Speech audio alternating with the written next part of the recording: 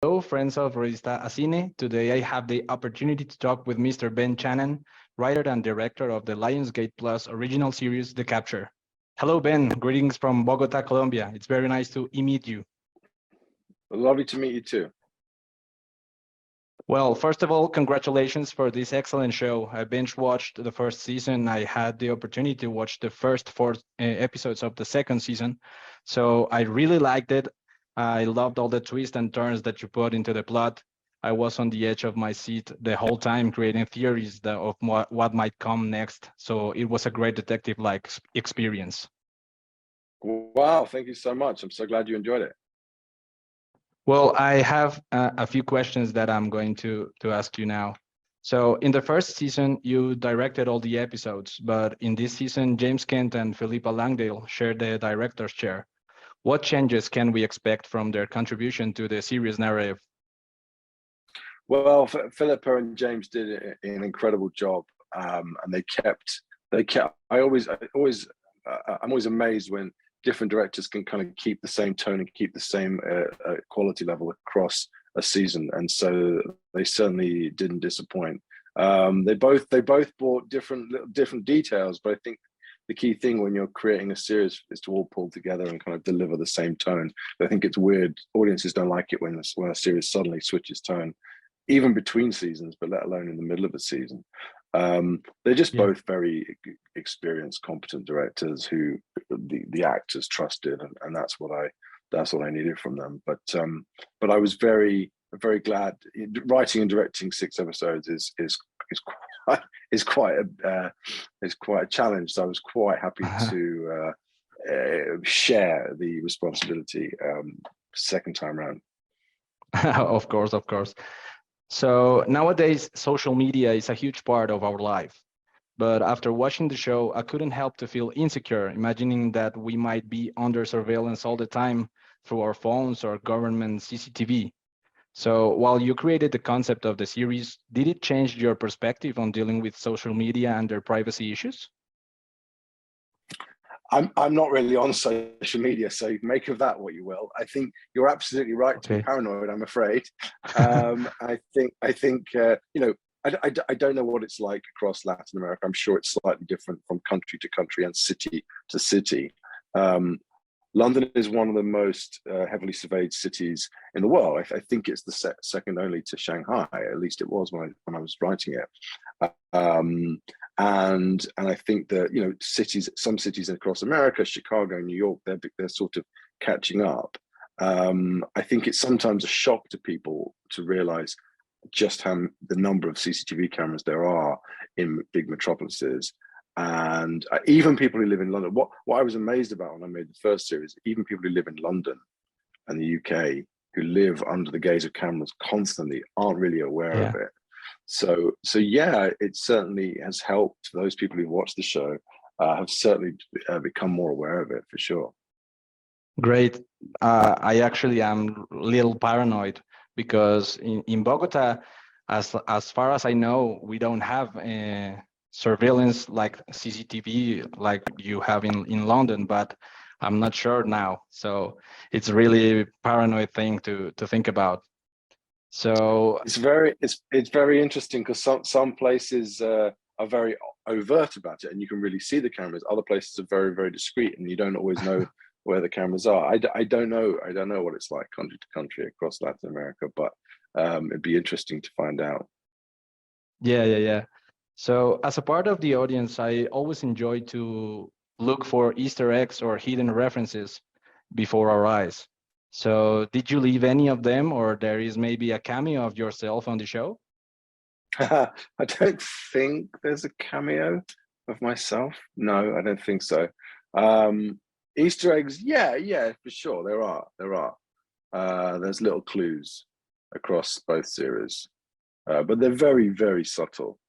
All right. I'll tell you what there is, which is not, it won't spoil anything because you've seen season 1, but there are sort of very, very, if you look at the front credits, there's very, very subliminal flashes famous instances of disinformation and fake photographs throughout history. I think there's Stalin, and Stalin would take out people from a picture he didn't want in there, and I think there's Mussolini, and there's other famous figures throughout history who have deployed early, very, very rudimentary sort of deep fake technology, which is just as simple as removing someone from a photograph.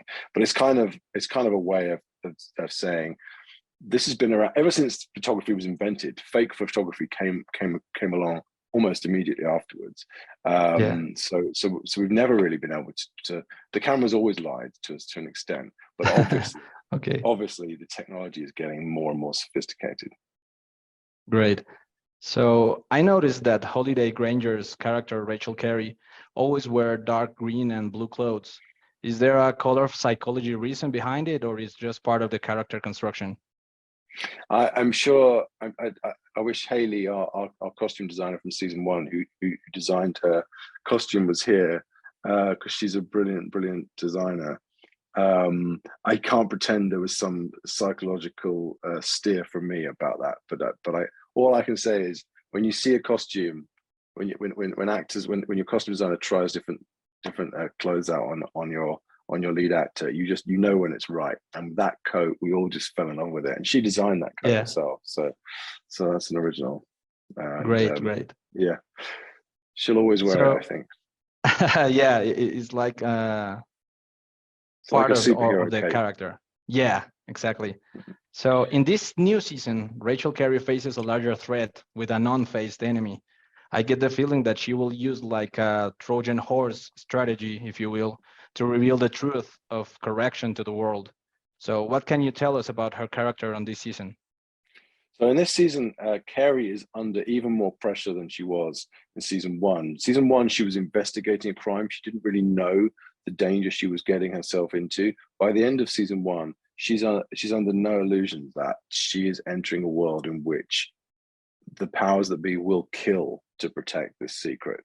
So she knows the stakes, and she knows what she's getting herself into. So has every reason to be terrified from the beginning, and she only gets in deeper and deeper trouble throughout.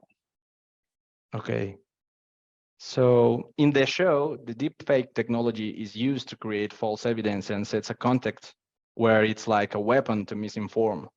In terms of the real world, do you believe that this kind of technology can suppose a threat to our safety? Absolutely. I mean, it's getting the world of the show just gets closer and closer to reality every day, or reality gets closer and closer to the show every day. I mean, you've seen how easy it is to create deep fakes now. People can do it on their phones. I mean, in some ways it's almost easier than we show it in the show. So I think the idea that some nefarious groups can create video that misleads the public, and that possibly misleads them towards something destructive like war or an uprising or whatever it is just becomes more and more probable every day, terrifyingly. Yeah, and I guess that everything can be like a weapon in the wrong hands now. So it is something to think about. Absolutely. So I'm very excited for the outcome of this second season with this larger scale threat. Can we expect a third one? I can't confirm or deny that, I'm afraid, Philippe. I can't confirm or deny. I'm sorry. Okay, no worries. So this time is a very, very happy experience for me. I'm very thankful for this opportunity. So Ben, if you can, please invite all the audience in Colombia and Latin America to watch the new season of The Capture, premiering on Lionsgate Plus on April 7th. Well, I'd be honored if the audience of Colombia and Latin America would join us and watch The Capture season 2. Well, that's great. Thank you very much for this opportunity, and I'm happy to meet you. Looking forward for all your new projects and everything that you have. You have now a fan here in Colombia, so I'm very happy for the show. It's really intriguing. It has mystery. You don't know which one is evil, where you can trust, or who you can trust. So I'm sure people in Colombia will love the show. So thank you, Ben, for creating this kind of series with these topics that are really connected to the technology that we have nowadays. It is really cool to see it. Well, thank you so much, Philippe. It means an awful lot to me. Okay, have a great day. Thank you, everyone, and hope you like this intervention. And I'm very happy. Please follow all the social media of Revista Cine and my personal project, Heroes Fortress. So we will see you in another opportunity. Bye bye.